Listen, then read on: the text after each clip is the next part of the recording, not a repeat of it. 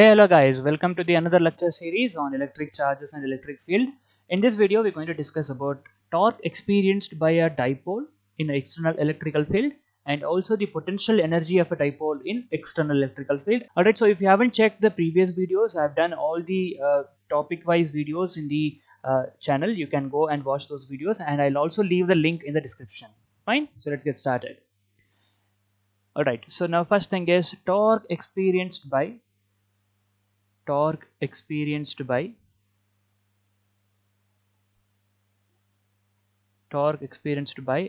dipole in external electrical field. Okay, so let us consider a dipole of dipole moment m or p. Let us consider a dipole of dipole moment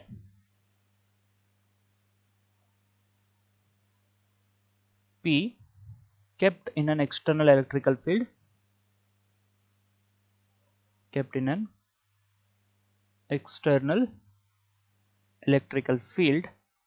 at an angle theta with respect to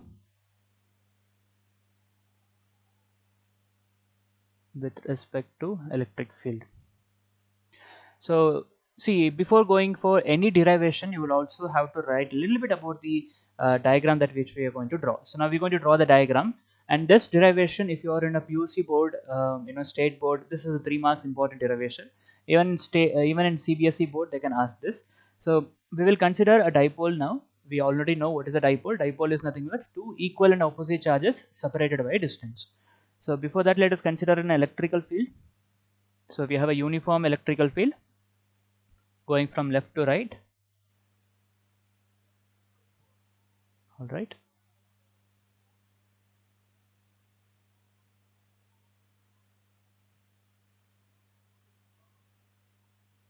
So that is your uniform electrical field going from left to right.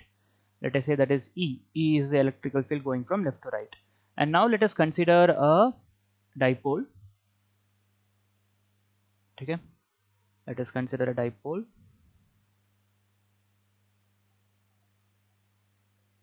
of length 2a. We know that we used to take 2a as the distance between the charges, and I have a plus q here and minus q here.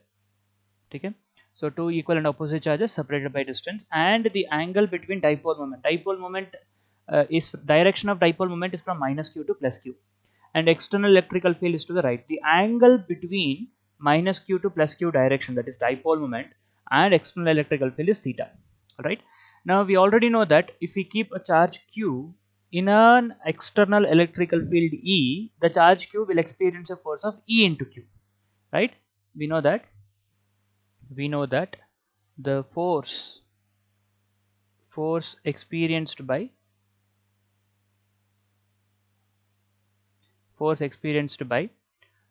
charge q in electrical field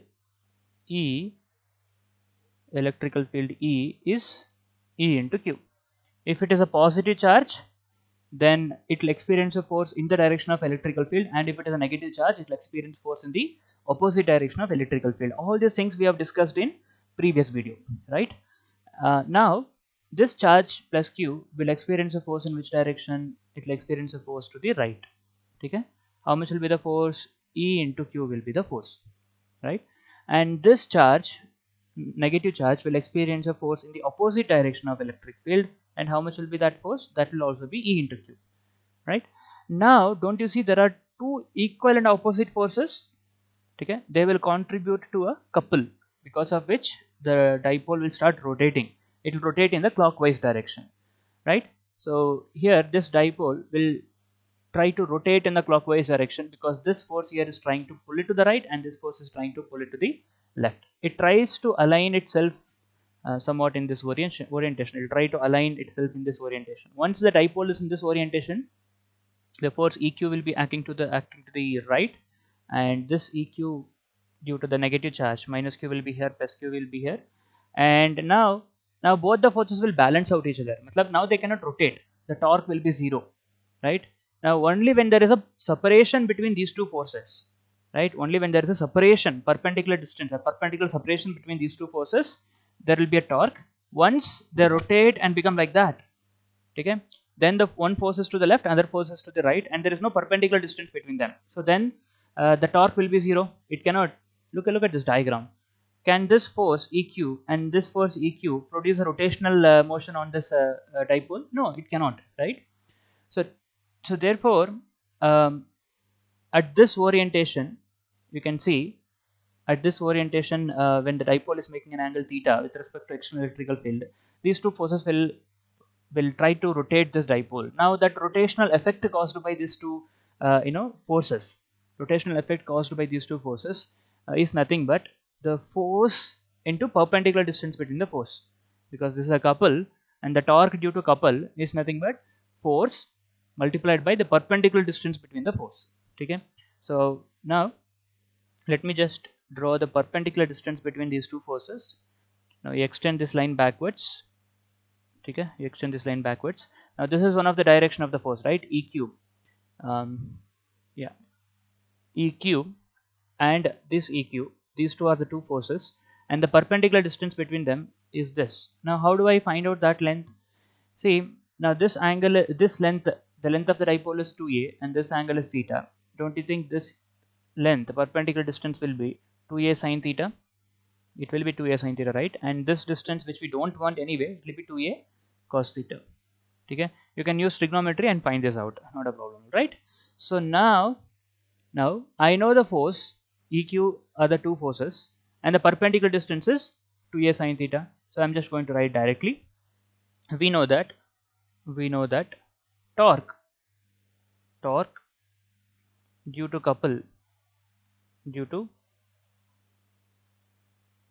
couple is force multiplied by perpendicular distance, right? Magnitude of any one of the force multiplied by the perpendicular distance between the force. So therefore I'm going to write torque tau is equals to force. How much is the force? Magnitude of any one of the force, which is EQ, multiplied by the perpendicular distance between them is 2a sine theta. Alright, 2a sine theta. And now in this, don't you see, Q into 2a is what in the previous video we have discussed. Q into 2a is nothing but dipole moment of an electric dipole, right? So Q into 2a will be P, this Q into 2a, okay, it is nothing but P, and then remaining thing is E sine theta, right? I can write it like this. Now the same thing in vector form, you can write it like this, that is tau vector is P vector cross E vector. Why? Because when you expand P vector cross E vector, what do you get? PE sine theta. Remember, if you have A vector cross B vector, and if you expand this, you will get AB sine theta into n cap. N cap is a unit vector perpendicular to the plane containing A and B. More about this you will study in mathematics. There is a chapter called vectors, and also in 11th standard little bit about the cross product you would have studied. Now how do we find out the direction of A vector cross B vector? I'll also explain that. Also one more thing that you should remember is A vector dot B vector is simply AB cos theta. For this there is no unit vector and all, because AB dot product is a scalar quantity, cross product is a vector quantity. If you take a cross product of two vector, the resultant whatever answer that you're going to get, that is also a vector. Okay, so here A vector cross B vector is also a vector, you can see, because there is a n cap that is getting multiplied with AB sine theta, whereas this AB sine theta is the magnitude of A vector cross B vector. This n cap will give you the direction of A vector cross B vector. It's a unit vector. N cap is a unit vector.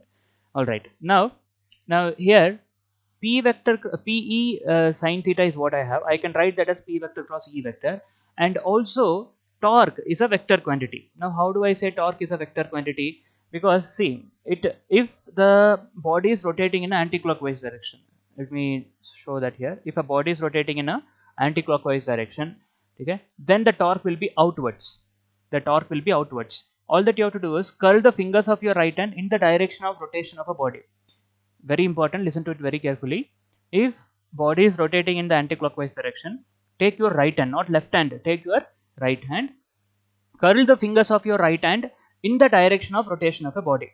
Okay, if the body is rotating in anti-clockwise direction, then curl the fingers of your right hand in the anti-clockwise direction. Maybe in the video you might be seeing that as if I'm using a left hand because of the lateral inversion. But you listen to it very carefully. You may not see the video for this purpose, because when I use my right hand, it may show as a left hand in the video. I'm not sure about it, so that's why I'm just warning you now itself. Don't think that I'm using a left hand. No, I'm using a right hand. This is my right hand actually.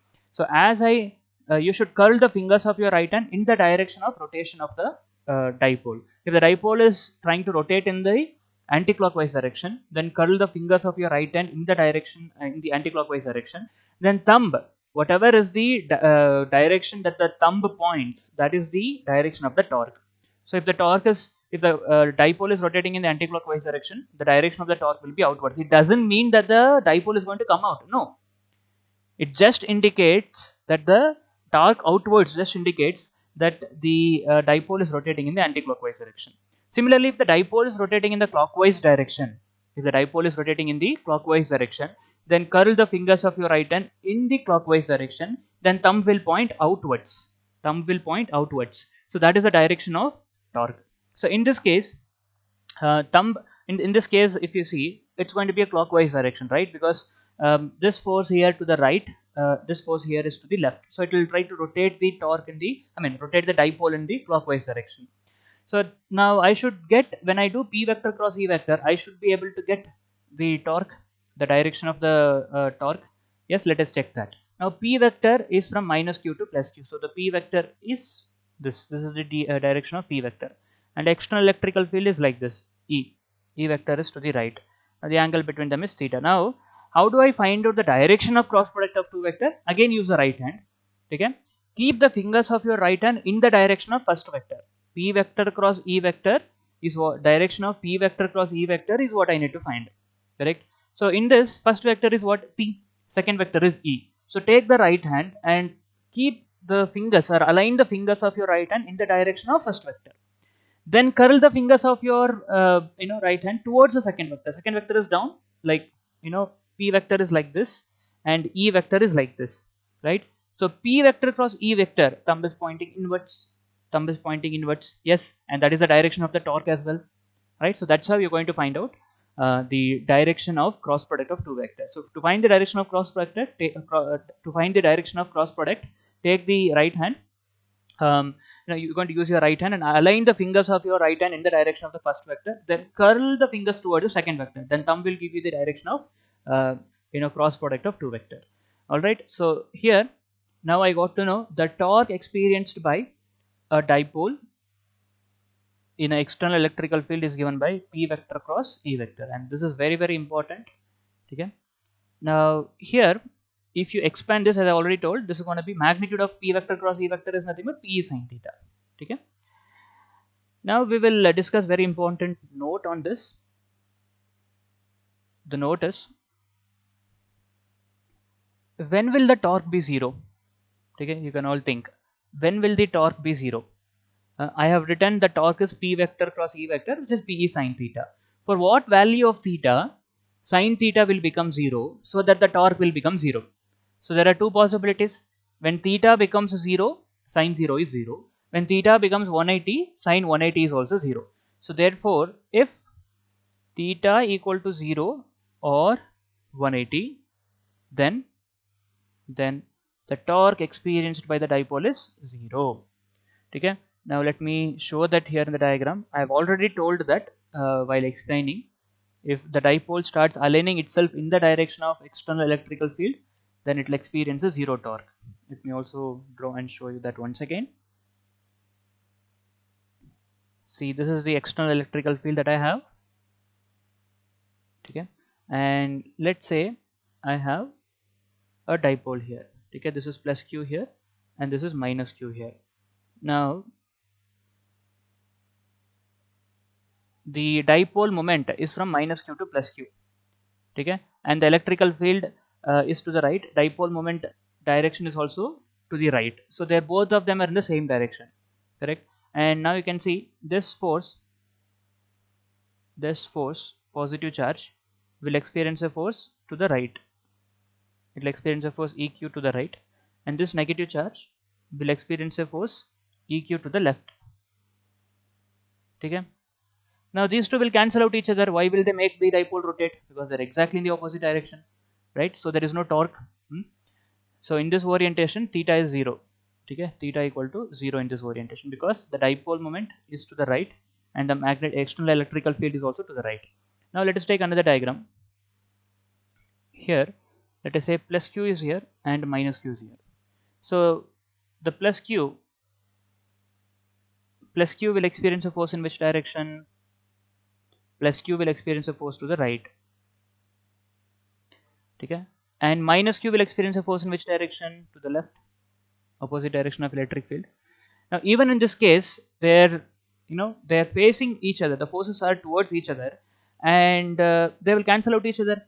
Okay, this force on plus q is trying to take the dipole to the right, and this force on the minus q is trying to take the dipole to the left, right? So they will cancel out each other. But uh, so I can say that theta is 180 here, because the direction of dipole moment is from minus q to plus q. Okay, whereas external electrical field is to the right. They're in opposite directions, so theta is 180. So torque is 0 even in this case. But though torque is 0, we call this as a unstable equilibrium. It is an equilibrium, matlab it is at rest. It's not experiencing any torque and it is not experiencing any net force. It is an equilibrium. Net force is always 0, because force to the right is equals to force to the left. So net force is 0. But it is also not experiencing any torque, so it is in equilibrium, but it is unstable equilibrium, it seems. What do you mean by unstable equilibrium? If you give a small disturbance to it, okay, say I give a small disturbance to it, I'll just make this little bit go up, okay. So now immediately this charge, this plus q, which is experiencing force to the left, to the right, and this minus q will experience a force to the left. Immediately they rotate by 180 degree, because this will try to go like that and this will try to come like that. They will not come back again. They will rotate 180 degree and start aligning like this, like the above diagram. Correct? No, it will never come back. That means it's unstable equilibrium. Stable equilibrium means when you give a small disturbance, the body, the system should again come back to the same initial original position. That is stable equilibrium. Let me explain that. Here, let us say you have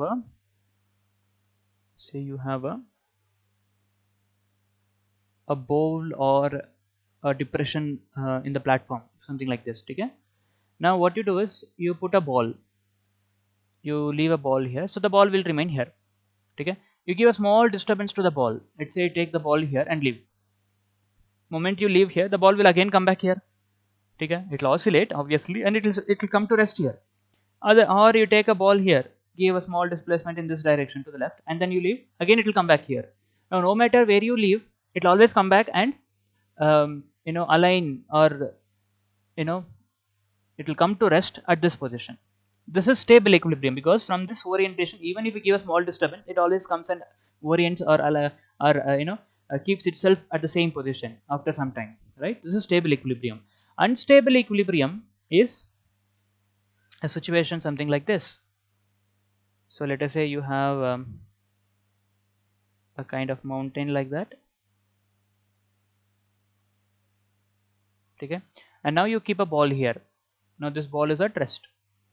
This ball is at rest, so it's in equilibrium. But if you give a small disturbance in this direction, okay, it will run away. It will never come back there. Okay, it will never come back. It will run away like that. Or you give a small disturbance to the right. Again, it will run away. It will never come back to the same position. It will never come back here, right? So this is unstable equilibrium. This is unstable equilibrium. And whereas this is stable equilibrium. Okay, this is stable equilibrium. So these are the two equilibrium that you should remember. So here, if theta is 0, even if you give a small disturbance, to this dipole, let us say you give a small disturbance upwards. Okay, you give a small distance upwards. So this charge, at this orientation, this charge will experience a force to the right. This will experience a force to the left. Again, they want to come back. correct? Now see, this charge plus q is experiencing force to the right, and this charge minus q is experiencing a force to the left. So again they want to come back. It will start aligning itself in the direction of external electrical field itself. So therefore if theta is 0, okay, so this orientation, okay, this orientation where the dipole moment and the external electrical field both are in the same direction is called stable equilibrium position, and theta equal to 180 is unstable equilibrium position. Okay, this is very very important. They will keep asking this. Remember this. So if theta equal to 0, then then um, then dipole is in stable equilibrium,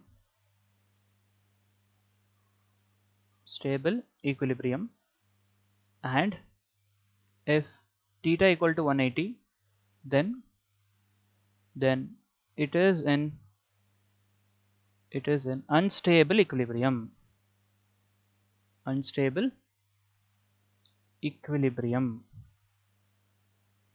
Okay, all right. Now if theta is 90, then the torque will be maximum, because you know sine 90 is 1.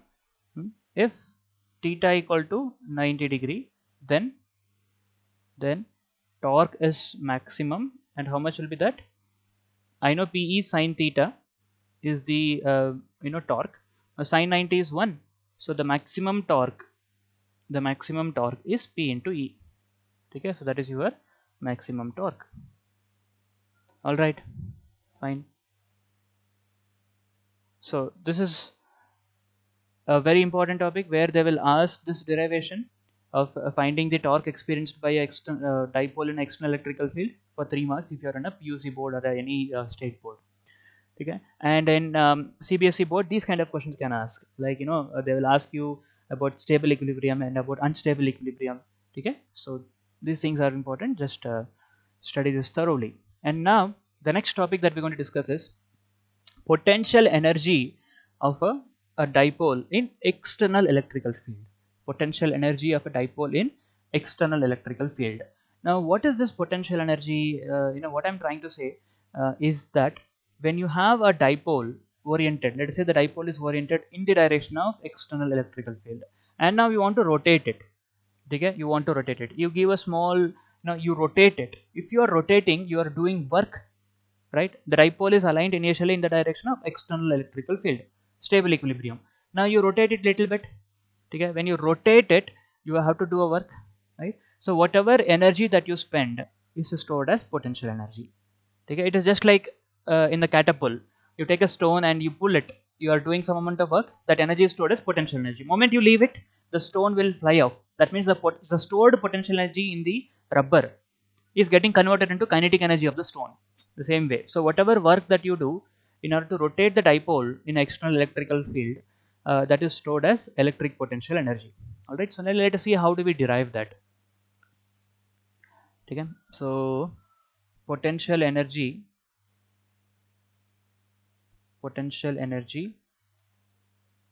of electric dipole in external electric field. Okay, all right, so let us consider a dipole of dipole moment P kept in an external electrical field E. This is a common statement that you will have to write for all derivations, especially for the torque derivation and also for the potential energy of electric dipole in external electric field derivation. Okay, so now let us consider electrical field, external electrical field.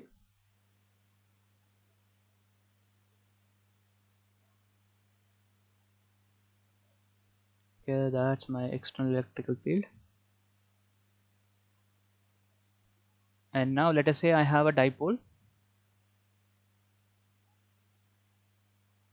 which is currently oriented at an angle theta 1, I can say. Okay, well, let's take it as theta. Say currently it's oriented at an angle theta. This is your minus q and that is your plus q. Okay, and plus q is experiencing force to the right. and minus q is experiencing a force to the left. Okay, EQ. This is also experiencing a force of EQ. And now because of these two, it wants to come back. Okay, the dipole theta wants to be 0 because this force and this force was contributing a torque, which we just saw in the previous section. So it wants to align itself in the direction of external electrical field. Now what we will do is we will rotate this by a small angle theta in the anticlockwise direction. Okay, so let us say I want to rotate this dipole further by a small angle theta.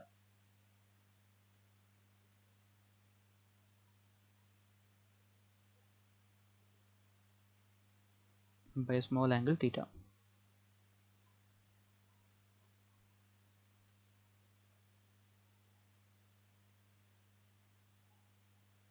Small angle d theta. Small angle d theta. So I will surely have to do some amount of work to rotate it, correct? So how much work, the small work that I'm going to do in order to rotate this dipole by a small angle d theta is torque into d theta. Remember, in case of linear motion, the work done is, in case of linear motion, the small work done is, we write it as F into dx. In case of linear motion, the small work done is F into dx. That means if you are applying a force F and you make a body move by a small distance dx, then the work done by that force in moving the body by a small distance dx is F into dx. Whereas in case of rotational motion, instead of force, we'll be using torque, because torque is the one which is going to make the body rotate. So now if I have to make a body rotate, I must surely apply torque. Without torque, you cannot make a body rotate. So I'm applying a torque tau, and by what angle am I rotating the dipole? D theta. So here you have linear displacement, here you have angular displacement. Okay, so there is a lot of comparison. You can do a lot of comparison between linear motion and rotational motion. So in linear motion we have force, the same thing becomes torque in rotational motion. In linear motion we have a linear displacement, the same thing becomes angular displacement in rotational motion. That's it. Okay, and now at this orientation it is experiencing a torque of how much? Pe sine theta. It is experiencing a torque of Pe sine theta. You see here the angle, the dipole is aligned at an angle theta with respect to external electrical field. So it is experiencing a torque of Pe sine theta. Against that I am going to apply the same torque to rotate it by a small angular displacement d theta. Now you might be wondering, array, it is experiencing a torque of Pe sine theta due to external electrical field. Okay, and you are applying the same torque. If you are applying the same torque, you are balancing it. How are you going to rotate it? This is a question you might be asking, right? Now remember, here what we are doing is we'll assume that the dipole is already in a rotation. Okay, the dipole is already rotating. To maintain the rotation, I will have to apply the same amount of torque. Like for example, if the body is moving, okay, and there is some amount of friction, let us say it's 5 Newton, okay, and body is moving currently at 10 meter per second. To maintain that speed as 10 meter per second, I should make sure the net force is 0. That means if the friction is 5 Newton acting in the opposite direction of motion, then I should apply the same 5 Newton force in the forward direction, so that the net force becomes 0 and the body moves at a constant speed. So similarly, the torque experienced by the dipole is Pe sine theta. I'm going to apply the same torque in the opposite direction to rotate by a small distance d theta. So work done is Pe sine theta into d theta. This is a small work done. Now I want to know total work done to rotate it from one angle theta 1 to another angle theta 2. I want to know the total amount of work done to rotate it from one angle theta 1 to another angle theta 2. Okay, so then what we have to do? We have to add all small work done right from theta 1 to theta 2, and that process is nothing but integration. Okay, integration is nothing but summation. So here I got the small work done to rotate the dipole by a small angle d theta when it was already aligned at an angle theta. Now I want to know the total work done when the dipole was initially at an angle theta 1 till we rotate it up to an angle theta 2. So therefore the net work done, net work done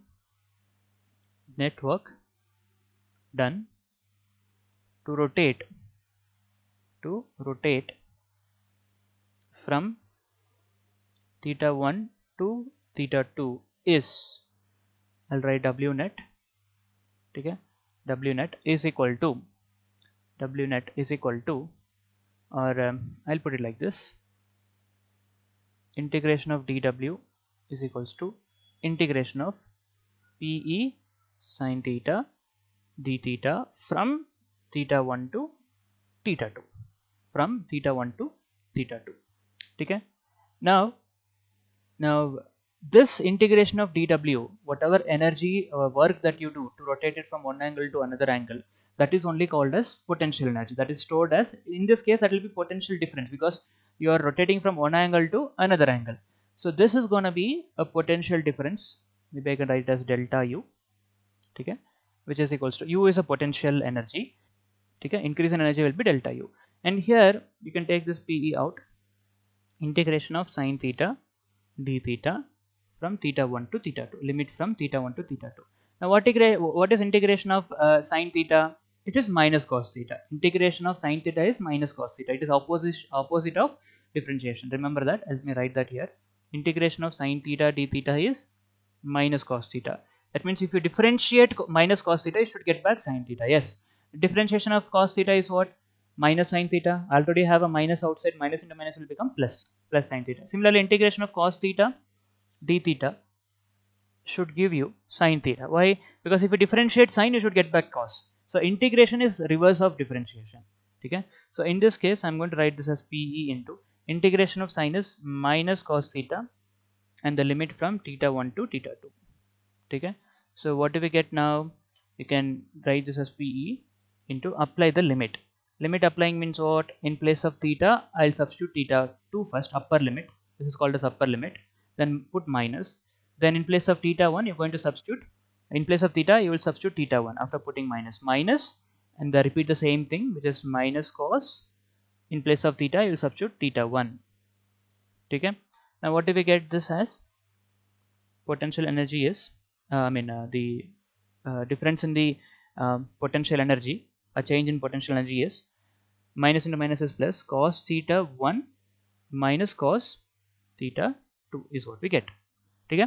Now if I consider 90 degree as my reference, that means when the dipole is aligned, initially let's say theta 1 is 90, we'll take that as reference. See, to find a potential we need a reference. To find a potential energy of a body, I'll take ground as a reference, right? So similarly, to find a potential difference is this, but I want to know potential. Okay, potential energy at orientation I want to know. So therefore what we will do is we will take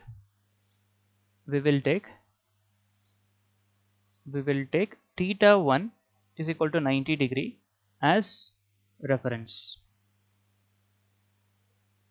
So if you take theta 1 as a 90 degree, if you take theta 1 equal to 90 degree as a reference, then whatever you take the reference, that there the potential energy should be 0.